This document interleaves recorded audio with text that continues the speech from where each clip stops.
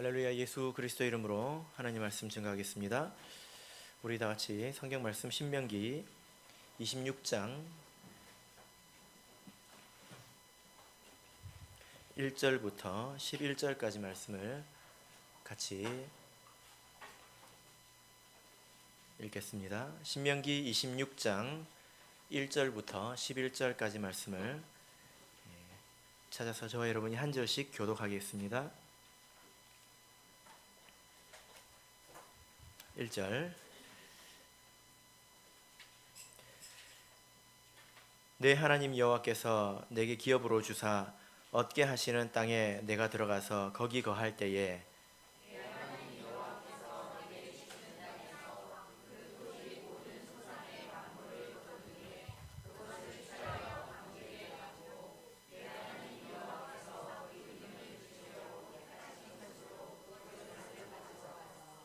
당시 제사장에게 나아가서 그에게 이르기를 내가 오늘날 당신의 하나님 여호와께 고하나이다. 내가 여호와께서 우리에게 주리라고 우리 열조에게 맹세하신 땅에 이르렀나이다 할 것이요.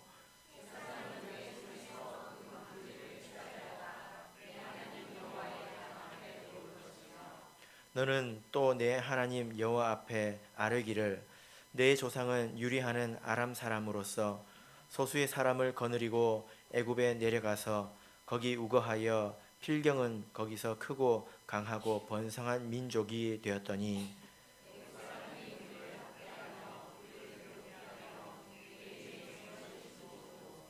우리가 우리 조상의 하나님 여호와께 부르짖었더니 여호와께서 우리 음성을 들으시고 우리의 고통과 신고와 압제를 하감하시고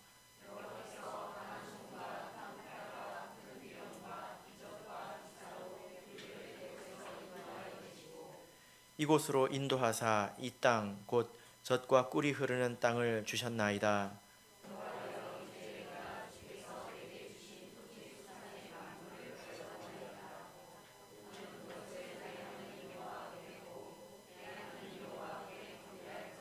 같이 읽겠습니다.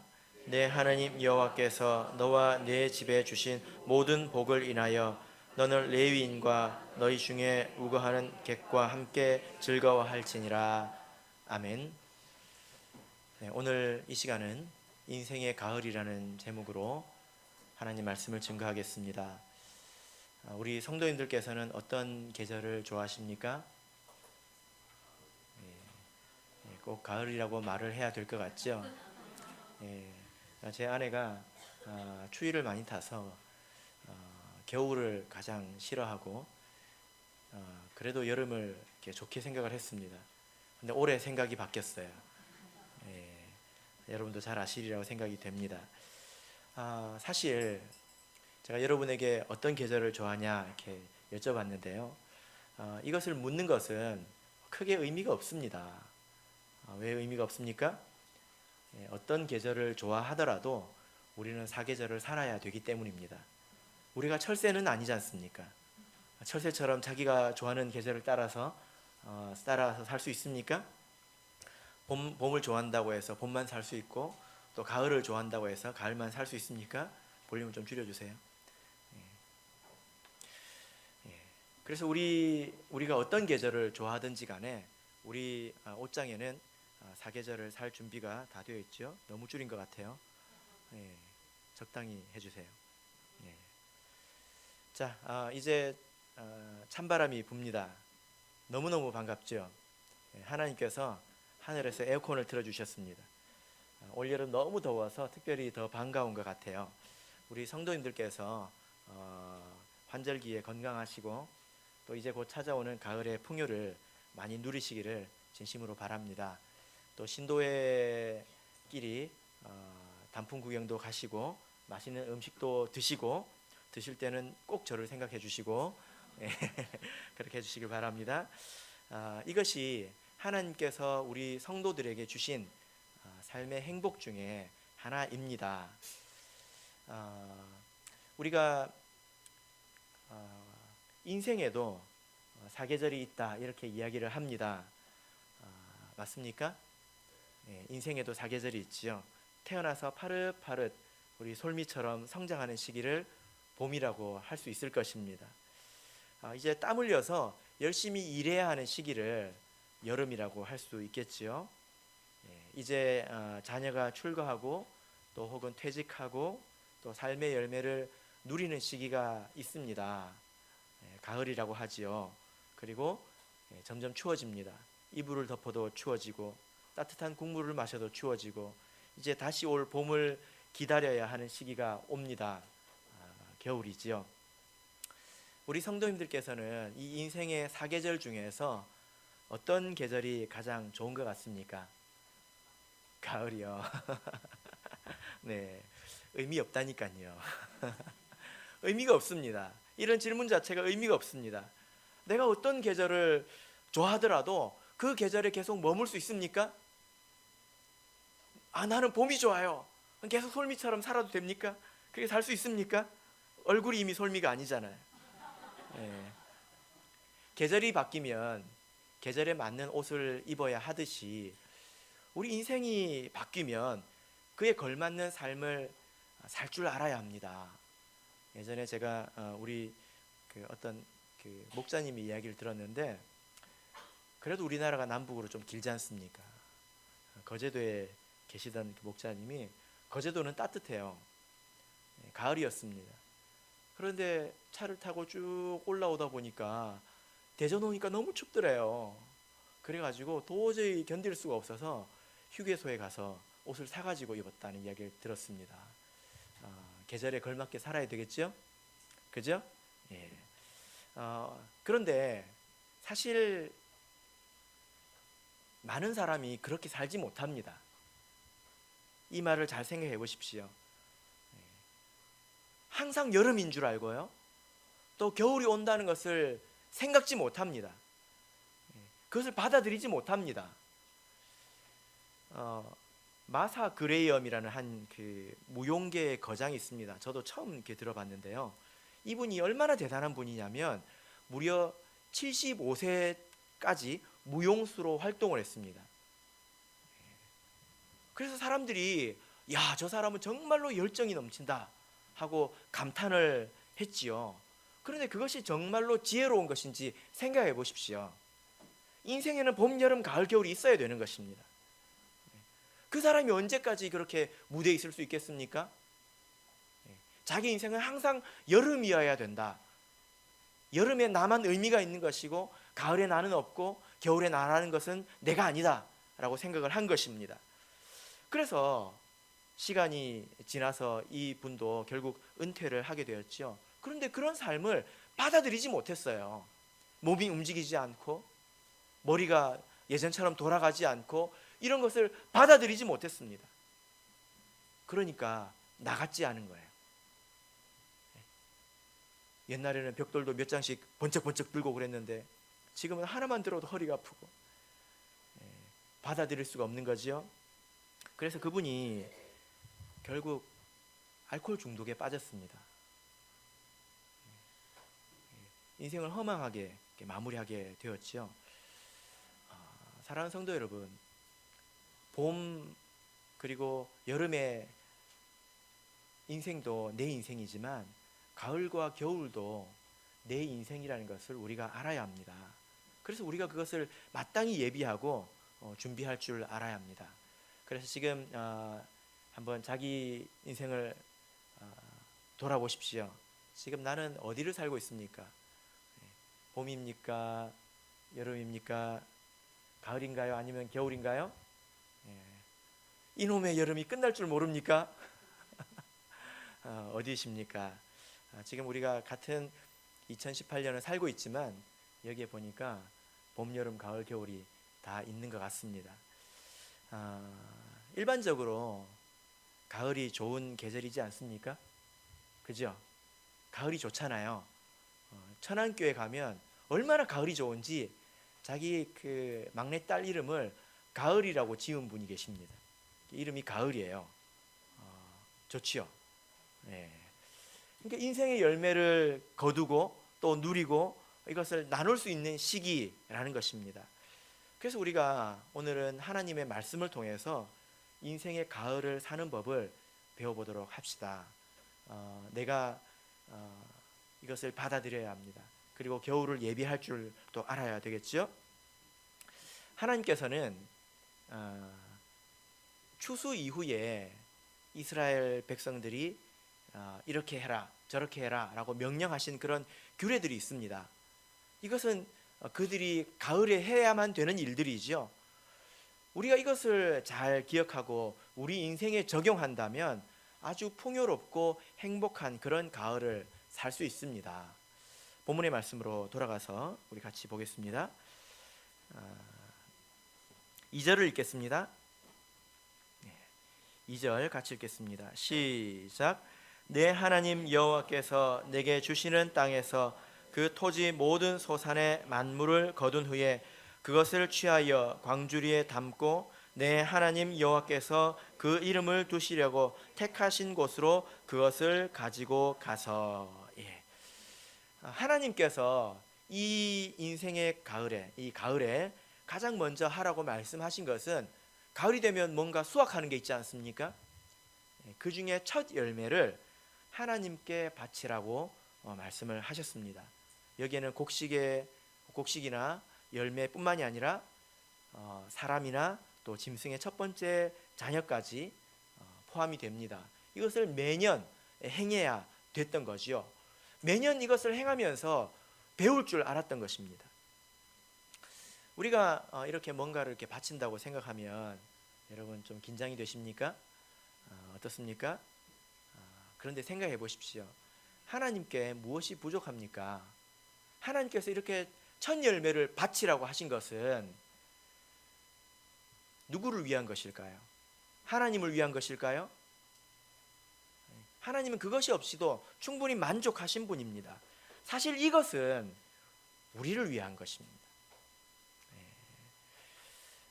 첫 열매를 바친다고 하는 것은 이것은 상징적인 거죠. 의미가 있는 것입니다. 이것은 고백적인 것입니다. 어떤 고백입니까? 5절부터 10절을 보겠습니다. 하나님께서 이렇게 말하라고 하셨습니다. 이것을 외워서 이것을 바칠 때는 이렇게 말해라 라고 하신 부분이 있습니다. 5절부터 제가 읽겠습니다. 너는 또 내 하나님 여호와 앞에 아뢰기를 와서 이렇게 말해라 라고 하셨죠. 내 조상은 유리하는 아람 사람으로서 소수의 사람을 거느리고 애굽에 내려가서 거기 우거하여 필경은 거기서 크고 강하고 번성한 민족이 되었더니 애굽 사람이 우리를 학대하며 우리를 괴롭게 하며 우리에게 중역을 시킴으로 우리가 우리 조상의 하나님 여호와께 부르짖었더니 여호와께서 우리 음성을 들으시고 우리의 고통과 신고와 압제를 하감하시고 여호와께서 강한 손과 편팔과 큰 위엄과 이적과 기사로 우리를 애굽에서 인도하여 내시고 이곳으로 인도하사 이 땅 곧 젖과 꿀이 흐르는 땅을 주셨나이다. 여호와여 이제 내가 주께서 내게 주신 토지 소산의 만물을 가져왔나이다 하고 이렇게 말하라고 하셨습니다. 무슨 말입니까? 우리 조상은 땅이 없어서 저기 방황하는 민족이었는데 하나님께서 이래저래 불러주셔서 이 땅에 우리가 살게 되었습니다. 그래서 우리가 이 만물을 얻었습니다. 이것을 받아주시옵소서 하고 가져오라는 거예요. 이게 무슨 말입니까? 여러분, 농사가 얼마나 힘든 일입니까? 수고하지요. 농사 짓는 사람들이 당연히 수고하죠. 수고하지 않고 기도한다고 해서 열매가 맺힙니까? 그렇지 않습니다. 인생도 마찬가지입니다. 여기 인생의 가을을 사시는 분이 계십니까? 여기까지 오는데 절대로 거저 온 것이 아닙니다. 그러나 고백하기를 하나님의 은혜로 우리가 이 자리에 이르게 되었다는 것입니다. 그것을 고백하라는 이야기예요. 하나님께서 나를 불러주시고 나에게 이것도 주시고 저것도 주셔서 지금 여기에 이르렀다는 것입니다. 여러분에게는 이런 신앙 고백이 있습니까? 한번 생각해 보십시오. 이런 신앙 고백이 있으십니까? 아니면 내가 힘써가지고 여기까지 왔지, 내가 다슬기 줍느라고 얼마나 애를 썼는데, 혹시 그렇게 생각하십니까? 물론 그것도 맞지요. 그러나 하나님께서 건강도 주시고 믿음도 주시고 이것도 주시고 저것도 주셨기 때문에 우리가 여기에 있는 것입니다. 그걸 믿어야 합니다. 우리나라에도 예전에 이런 풍습이 있었습니다. 지금 우리 청년들은 알는지 모르겠어요. 첫 월급을 받으면 부모님 또 가까운 친지들에게 뭘 사드려야 됩니까? 예, 빨간 내복이에요. 그런 거 들어봤어요, 유나야? 들어봤어요? 예. 세대 차이를 별로 안 느끼게 되네요. 이렇게 하니까. 예. 이게 왜 그렇습니까? 내 근본을 돌아보는 거예요. 취직하느라 얼마나 힘들었습니까?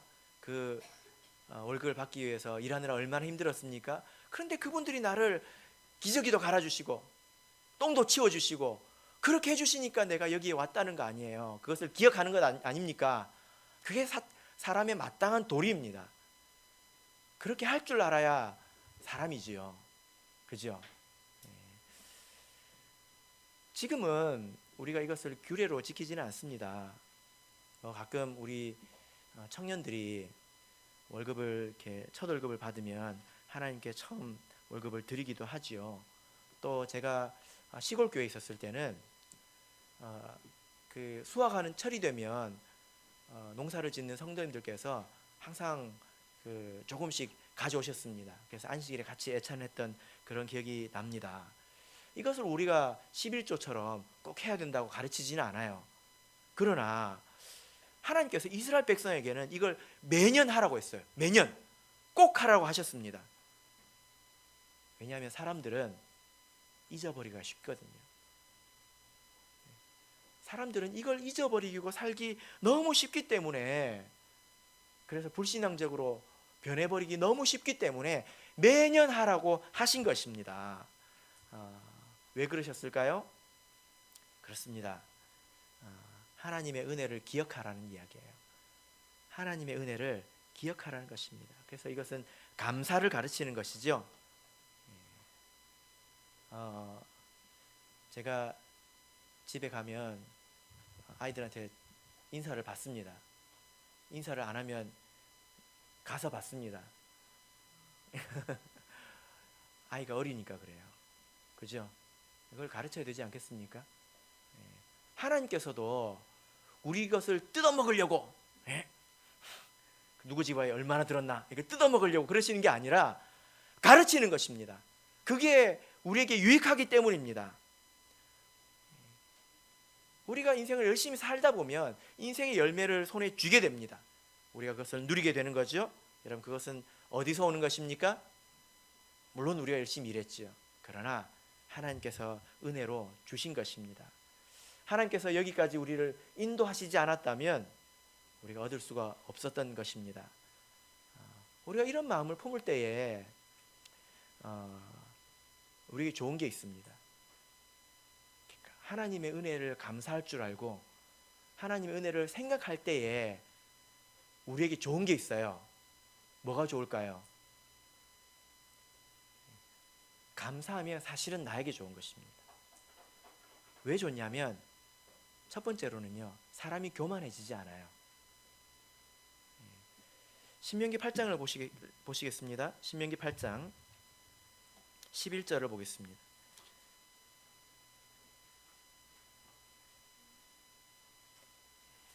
(12절을) 보겠습니다.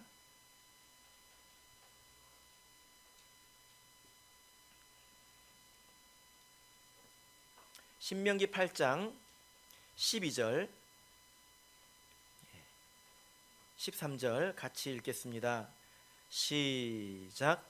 내가 먹어서 배불리고 아름다운 집을 짓고 거하게 되며 또 내 우양이 번성하며 내 은금이 증식되며 내 소유가 다 풍부하게 될 때에, 인생의 가을에 하나님께서 두려워하시는 게 있어요.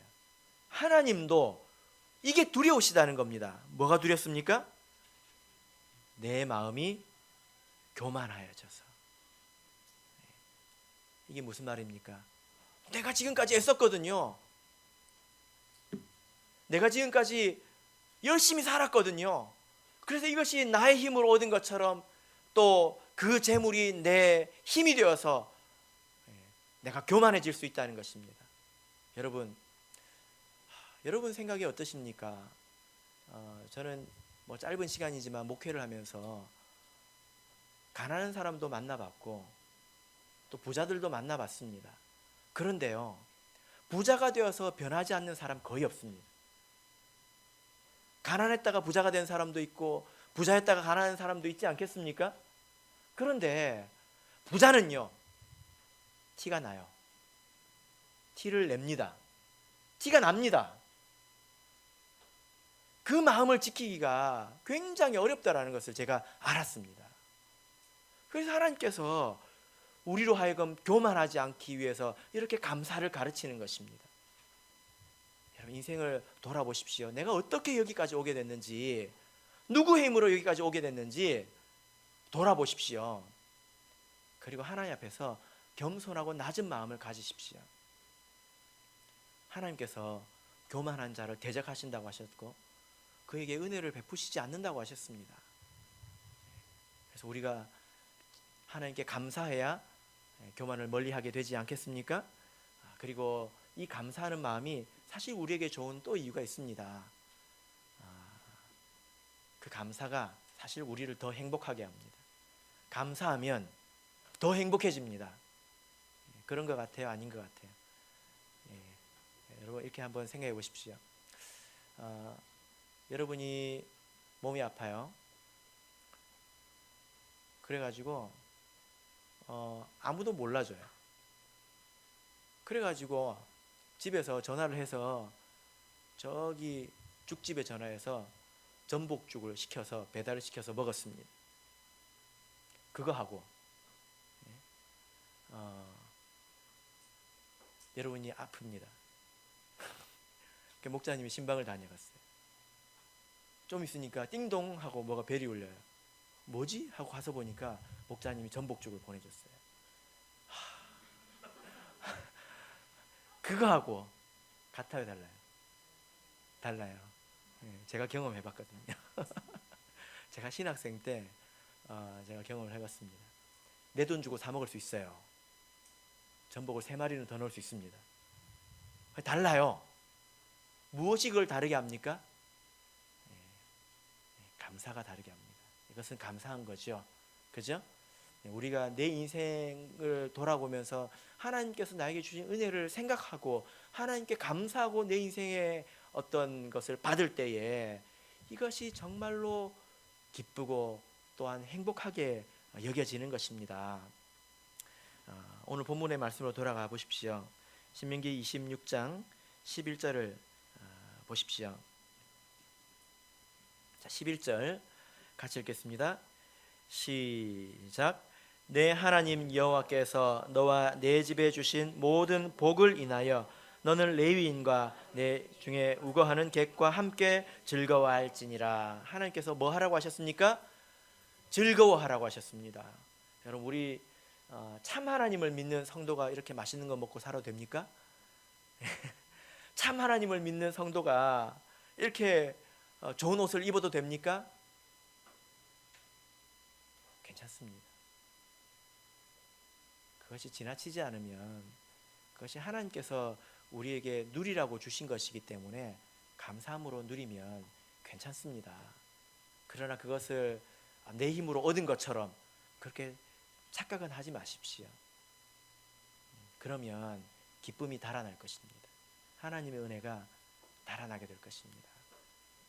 인생의 가을은 마땅히 감사하는 것입니다.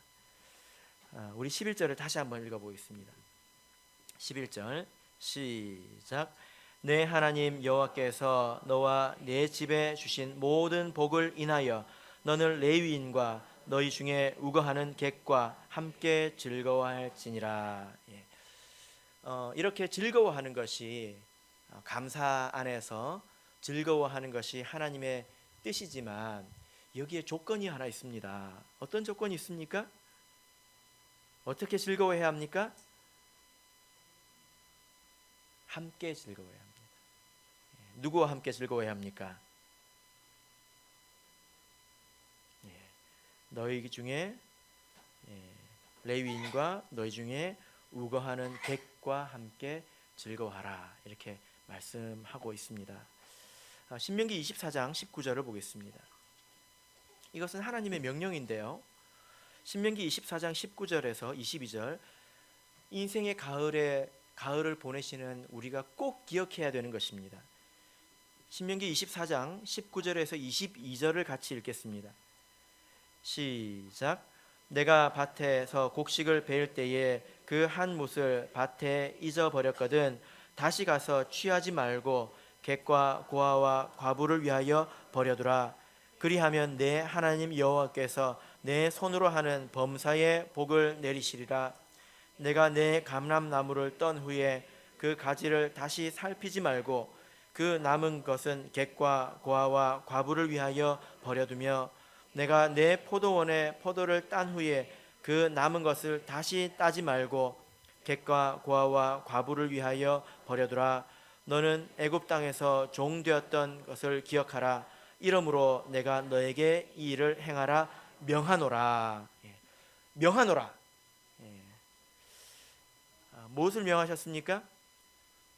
이렇게 나에게 어떤 소산이 있을 때에 그것을 따다가 혹시 잊어버렸다면 다시 따라가지 말라는 것입니다. 그래서 절대로 잊어버리지 말아야죠, 그죠? 처음 딸 때 확실하게 털고 확실하게 걷어야 되겠죠. 이건 하나님의 그 마음을 모르는 거죠. 레위기서를 보면 이렇게 말씀하고 있습니다. 레위기서 19장 9절에서 10절인데요, 제가 읽겠습니다. 너희 땅에 곡물을 벨 때에 너는 밭 모퉁이까지 다 거두지 말고 너희 떨어진 이삭도 줍지 말며 너의 포도원의 열매를 다 따지 말며 너의 포도원에 떨어진 열매도 줍지 말고 가난한 사람과 타국인을 위하여 버려두라. 나는 너희 하나님 여호와니라. 다 따지 말라고 했습니다. 먼저 남겨두라는 거죠. 이것은 방금 말씀드린 것처럼 하나님의 명령입니다. 이렇게 해서 하나님께서 강한 자로 하여금 약한 자를 돌보시는 것입니다. 하나님께서 그렇게 약자를 돌보시는 것입니다. 또 그로 인해서 우리 삶이 풍요롭게 되고 또 이것이 하나님의 뜻을 이루는 그런 도구가 될 수 있습니다. 우리 성도님들께서 어떻게 생각하십니까? 인생의 행복 지수가 가장 높은 연령대가 어디라고 생각하십니까? 언제인 것 같아요? 이거는 답이 있는 게 아니잖아요, 그죠? 어떤 기관에서 조사를 해봤는데 60대랍니다. 60대 한번 손들어 보세요. 인생의 황금기, 전성기를 보내고 있습니다. 화이팅! 좋으시겠습니다. 왜냐하면 체력도 있습니다. 요즘에는 60대가 아니에요.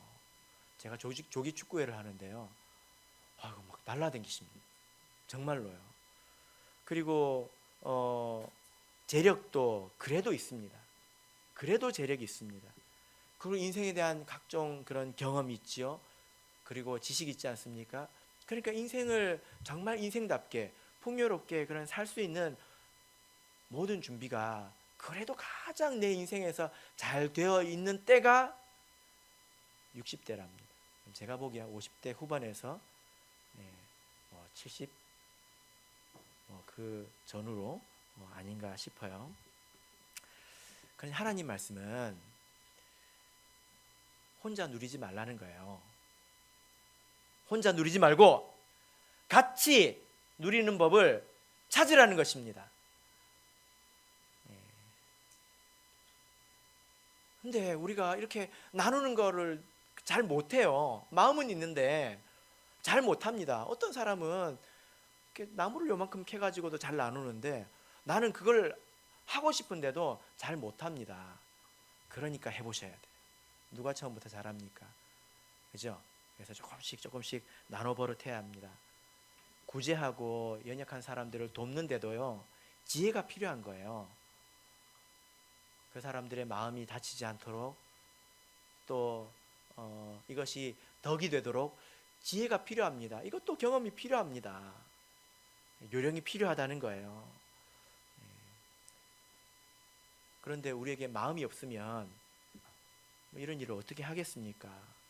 그러므로 하나님의 명령으로 아시고 이것을 실천하시기를 진심으로 바랍니다. 우리 교회에서 그런 힘을 모으고 있지요. 우리가 이웃 사랑 헌금을 합니다. 그래서 이것을 모아서 작은 힘이지만 모아서 연약한 성도들을 돕지요. 그리고 우리 교회는 에덴 장학회가 있습니다. 한 구자에 5,000원이지만 이것을 모아서 이제 우리 학생들 교육도 시키고 성지순례도 보내고 이렇게 합니다. 작은 것이지만 그것을 참여함으로 우리가 이런 일에 동참하게 된다는 거예요. 그런데 제가 생각을 해보니까 요즘에는 육신적인 문제보다 심리적인 문제, 이게 더 크다고 생각이 됩니다. 육신적으로 궁핍한 것보다 정신적으로 궁핍한 것이 더 심각한 그런 시대 아닙니까? 먹을 것은 있지만 같이 먹을 사람이 없고, 또 이런저런 일로 고통받고 또 마음이 눌리고 슬퍼하는 그런 사람들이 많이 있습니다. 여러분 주변을 한번 살펴보십시오. 내 문제가 정말 전부 다 내 문제가 다 크다, 그렇게만 생각하지 마시고 주변을 한번 돌아보십시오. 오늘 누가 교회를 왔는지, 오늘 누가 교회를 못 왔는지, 그들은 왜 못 왔는지 한번 돌아보십시오. 그것이 하나님의 마음으로 사는 것이고 강한 자로서 약한 자를 돌아보는 것입니다. 하나님께서 그런 일로 큰 일을 행하시기도 합니다. 여러분 룻기를 읽어보셨습니까? 룻기를 보면 어떤 이야기가 나옵니까? 어떤 여인들이 가난한 여인들이 나오죠. 룻과 그 시모 나오미가 너무 가난해서 먹고 살 방법이 없었습니다. 근데 그 동네에 큰 부자가 있었습니다. 이름이 보아스죠. 근데 이 사람이 그들을 위해서 이제 곡식을 거둘 때에 바닥에 충분히 남겨뒀습니다. 그가 한 일은 자기가 가진 재산에 비하면 정말로 작은 거예요. 그러나 그렇게 하나님 말씀을 따라서 자비를 베풀었습니다. 그것으로 말미암아 그 룻과 나오미가 겨우겨우 살지 않았습니까? 그리고 나중에 그 룻으로 인해서 누가 태어났습니까? 다윗이 태어났어요. 룻이 굶어 죽었으면 어쩔 뻔했습니까? 그죠? 그러니까 이 보아스는 큰 일을 한 거예요. 이 곡식을 조금 준 것이지만 그걸 먹고 룻이 다윗의 할머니가 된 것입니다. 그리고 그 다윗으로 통해서 누가 나셨습니까? 예수님이 나셨습니다. 아마 이 보아스라는 사람은 자기가 그토록 큰 일에 관여될 거라고는 생각도 못했을 거예요. 그렇지 않습니까? 아마 여러분도 마찬가지입니다. 내가 이렇게 하는 일이, 교회에서 이렇게 하라고 하는 일에 조금 참여하는 일이 무슨 큰 일이 되겠어 라고 생각하실지 모르겠습니다. 그러나 나는 작지만 하나님은 크시죠? 맞습니까? 내가 큰 일을 할 수는 없습니다. 그러나 하나님의 말씀을 따라서 이 말씀을 듣고 나도 빠듯하지만, 나도 인생의 가을이라고 해봐야 별 볼 일 없는 가을이지만 그래도 내가 나보다 더 연약한 사람들을 위해서 말씀에 순종해서 남길 때에 하나님께서 그것을 통해서 어떤 일을 하실지 여러분 어떻게 아십니까? 그래서 우리가 말씀으로 믿고 순종하는 것이죠. 바로기는 여기서 믿음으로 순종하시는 분들을 통해서 하나님께서 자신의 뜻을 이루시리라고 저는 믿습니다. 그 일에 참여하시기를 진심으로 바랍니다. 우리 성경으로 돌아가서 레위기 23장을 보겠습니다. 이것은 우리가 가을에 꼭 빼놓을 수 없는 그런 내용이죠. 레위기 23장 39절 보겠습니다.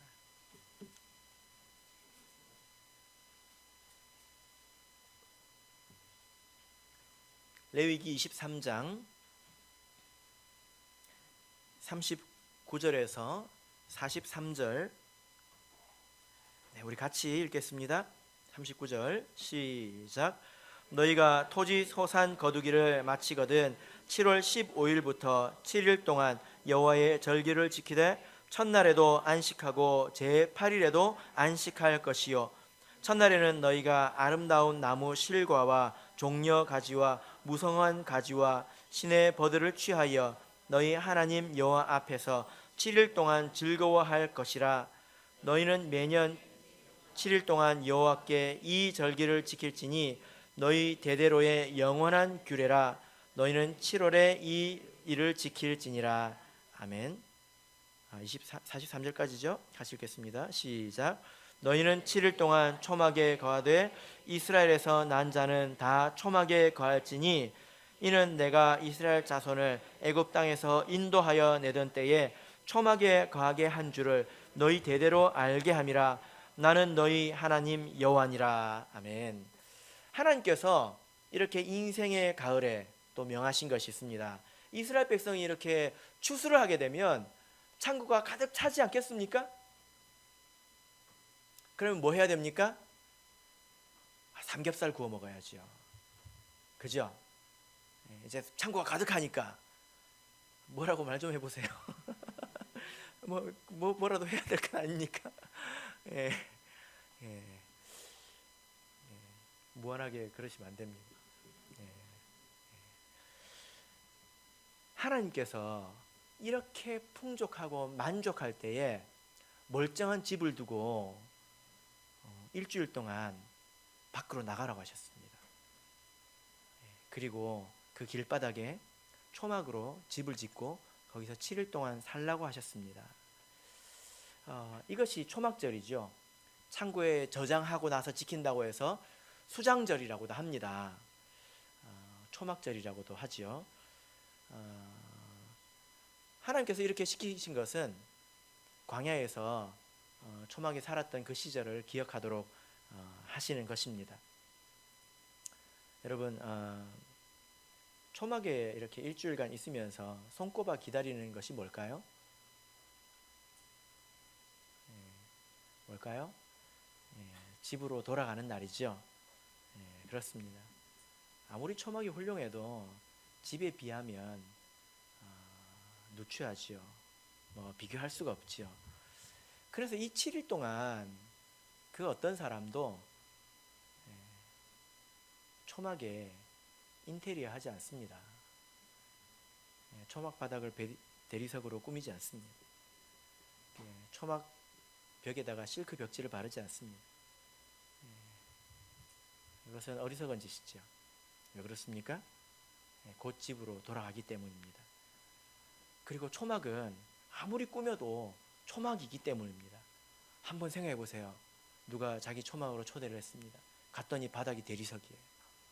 그리고 벽에는 실크 벽지가 발려 있습니다. 그게 멋있어 보일까요? 아니면 어리석어 보일까요? 우리가 생각을 해봐야 합니다. 하나님께서 이것을 통해서 가르치시는 것입니다. 인생의 가을에 가장 풍요할 때 초막으로 쫓아보내셨습니다. 무엇을 기억하게 하시기 위한 것입니까? 우리가 이것을 기억해야 되겠죠. 고린도 후서 5장입니다. 고린도 후서 5장 1절을 읽겠습니다.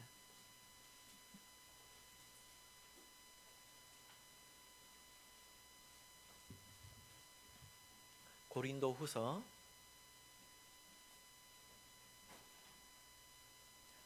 5장 1절 같이 읽겠습니다. 시작.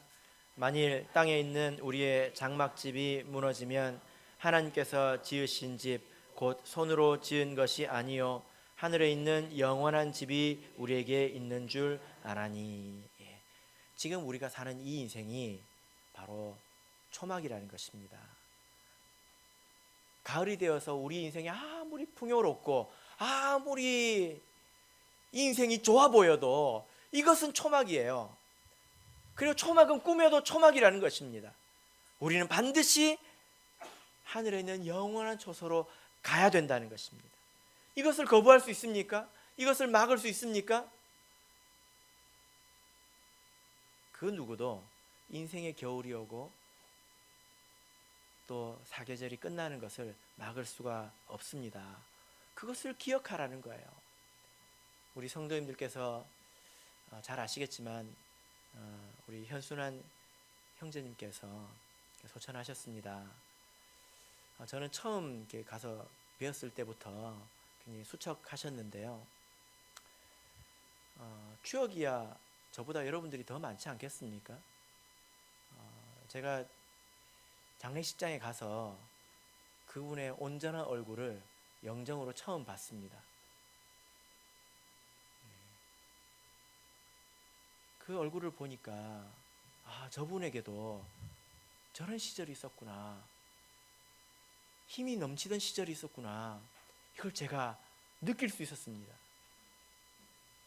그리고 아마 이 자리에서는 오늘 제가 마지막으로 그 얼굴을 이렇게 뵌 것 같습니다. 입관식을 했는데요. 우리 모두 다 마찬가지입니다. 내가 힘이 아무리 넘쳐도 겨울이 오는 것을 막을 수가 없고 초막이 쓰러져 가는 것을 막을 수가 없습니다. 그것을 기억하십시오. 하나님께서 가을이 되면 사람들이 이것을 잊어버리기 때문에 자기의 풍요로운 이 삶 때문에 누리기 좋고 얼마나 좋습니까?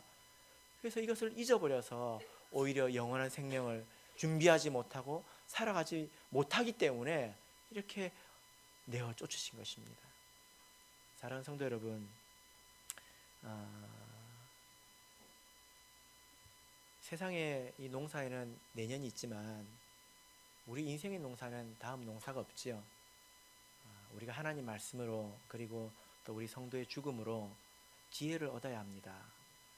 우리 성도님들께서는 영생을 준비하고 계십니까? 아니면 내 인생에는 절대로 겨울이 오지 않으리라 자기를 속이고 계시지는 않습니까? 이 말씀으로 다짐을 하시기 바랍니다. 그래서 인생의 가을에 정말로 하나님께서 기뻐하시는 그런 풍요로운 또 다른 사람과 나눌 수 있는 감사하는 그런 가을이 되시기를 예수 그리스도 이름으로 축복합니다. 다 같이 찬송하겠습니다.